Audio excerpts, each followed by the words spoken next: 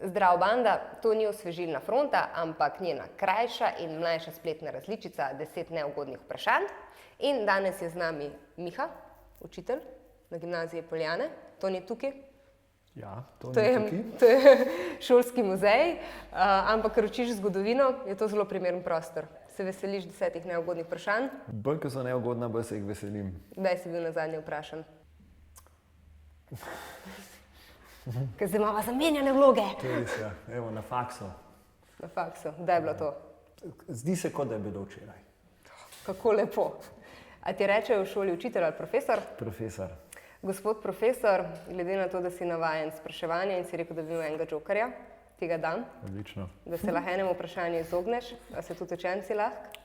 Ne. Kako se jaz spomnim, srednje šole smo mi vsi komi čakali, da se konča. Kaj se je tebi zgodilo, da si hotel nazaj? Po moje nikoli ne razmišljaš, ker si toliko star, da bi rad prišel nazaj. To, da jaz učim, kjer učim, je stvar sreče, tajminga, torej nič planiranega. No. Ampak, a ste učitelji ljudje, stališče dijakov? Ja, tam se opasno, na teh neformalnih stvarih, pol uri med odmorom, ne vem, na športnem dnevu, karkoli. Tam mogoče imaš občutek, da ta bitja imajo ene zametke človečnosti. Kako si profesorji oziroma učitelji zberete tistega, ki ga boste imeli na piki, ali to pride spontano? Želiš si, da bi ti čim bolj sledili, a na drugi strani si želiš, da bi vendarle bili kritični. Pa če je ena idealna mešanica tega, je super.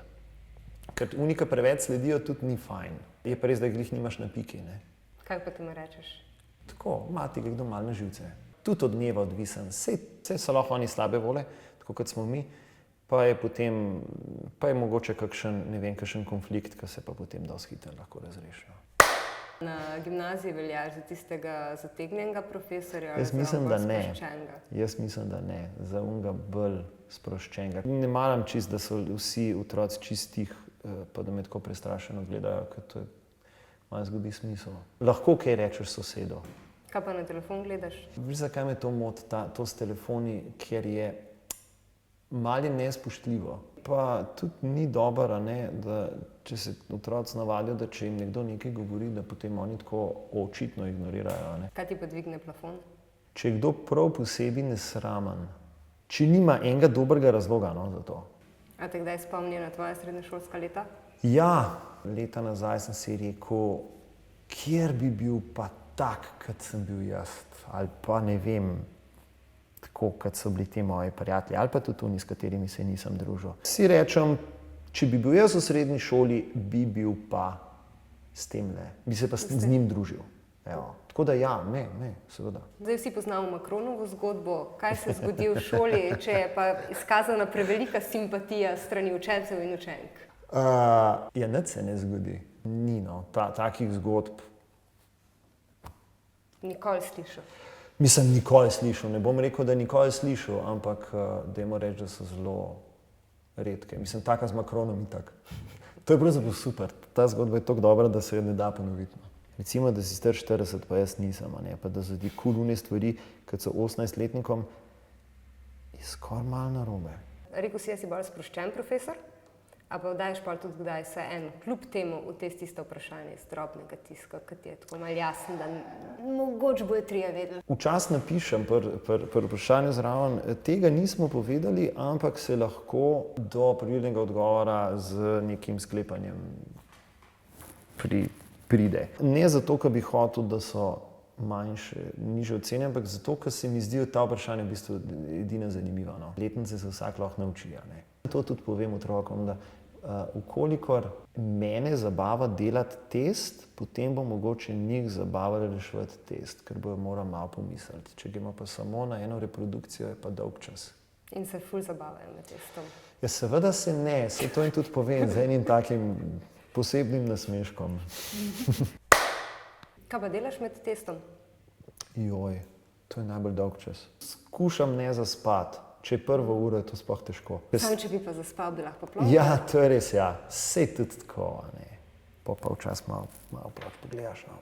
Aha, pogledaš stran zdaj. Včasih. V katerih primerih učitelj pogleda stran in v katerih ne? Te otroci zelo slabo bi šel ta predmet, ampak ti pa veš, da so v bistvu fejst otroci to, da In pač ne gre, da ni tako, da bi, ne vem, že prej ful špricali ali kaj podobnega, ne vem, da so se potrudili, ampak da jim gre preveč dobro, pol mečken zanižiš. Sem bil pa enkrat kar zadovoljen, ker so mi rekli, da je zelo težko, glede na to, da dajem malo bolj esejska vprašanja, da je malo težko narediti plonkič, pa da niso zadovoljni. Če jaz najdem kakšen plonkič, potem praviloma okregam, ne zato, ker je imel plonkič, ampak bolj zato, ker je imel same traperije napisane na plonkiču. Si pa kdaj dobil en tak dober izgovor za spraševanje? Veš, ti si joj danes pa res ful ne bi bil vprašati, zato, da je bil tako butast, da si rekel, naj ti bo. Bolj dobivam to, ker si razrednik pri tiska zamudijo. Kar rečem, če mi res dobro zgodbo poveš, sem ti pa pripravljen to zamudo 5 minut pobrisati. No. Si greš kdaj na živce kot učitelj? Ja, kdaj. Če vztrajam pri kakšni snovi, ki mi je bedna, potem, če koga gnavam malo preveč, ja, si grem, seveda. A greš kdaj učencem na živce? Pa da veš, da jim greš? Ja, vsi tisti pogledi. Čeprav jaz sem rečem, da bolj med ko gled, ker bolj uživam. O čem se pogovarjate v zbornici, profesorji? Stvar, ki nam je vsem skupna, so seveda dijaki. Ne tako, da bi jih prav, ne vem, opravljali. To A ne, tega ne delate? Mislim, minimalno, ker tudi ne veš dosti o njih. Bolj je tako, kaj pa ta, veš, kaj ta je, bolj se tako v smislu, ta je pa fajn, ali pri tebi tudi fajn, v tem smislu. No. Pa kakšne potenciale imajo, pa tako naprej. Ja, dejansko, se vem, da se sliši tako ful, PC, ampak ni, mislim, tako, dobro, ja, če ti kdo na živce vprašaš, ali tebi tudi na živce, pa praviloma pokimajo, pa rečeš, ok. Mi imamo ogromno zbornico, nas je 80 ljudi v zbornici in je, v bistvu je super, ker vsi ti ljudje so izobraženi. Pa zdaj se v to mogoče malo elitistično slišali, pa vendar je nekaj, ja, no, je, vem, ampak ogromno enih področij je, no, ki jih ti ljudje pokrivajo. In zato se pravzaprav čisto ok z njimi pogovarjati, ker niso tako čudni. A rečeš učencem na koncu spraševanja, naj se sami ocenijo? O ne, kje pa.